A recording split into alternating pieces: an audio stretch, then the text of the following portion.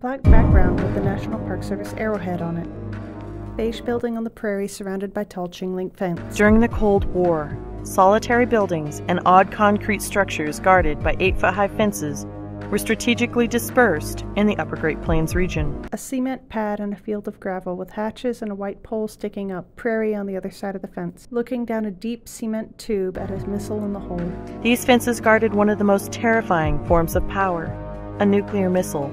An illustrated poster of men in green uniforms surveying a landscape of green grass and mountains, encouraging people to enlist in the 472nd Engineers. The Army Corps of Engineers surveyed the land that would ultimately be purchased and become locations for these missile sites. Black and white photograph of a man with survey equipment standing in the prairie.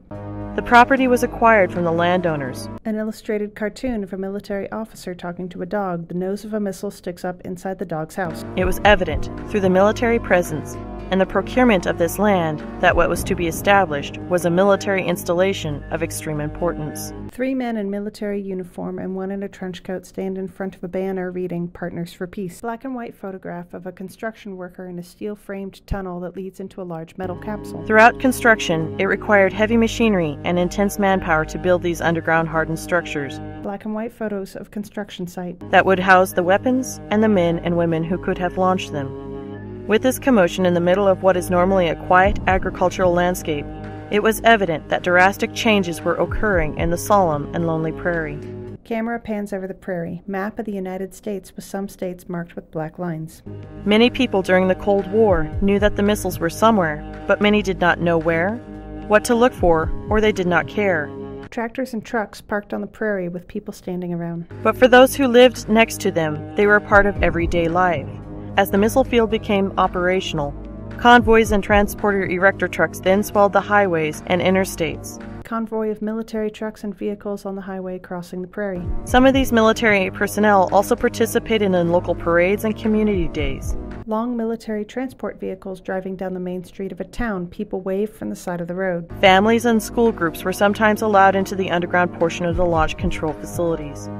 Several men in blue and khaki uniforms posing in front of a red chair and control panel. However, the local citizens of South Dakota were not the only ones that knew these sites existed and where they were located. Aerial photo of a building on the prairie splotched with snow. With the knowledge of what to look for, the advancement of technology and surveillance reconnaissance, the sites also became common knowledge to the Soviet Union.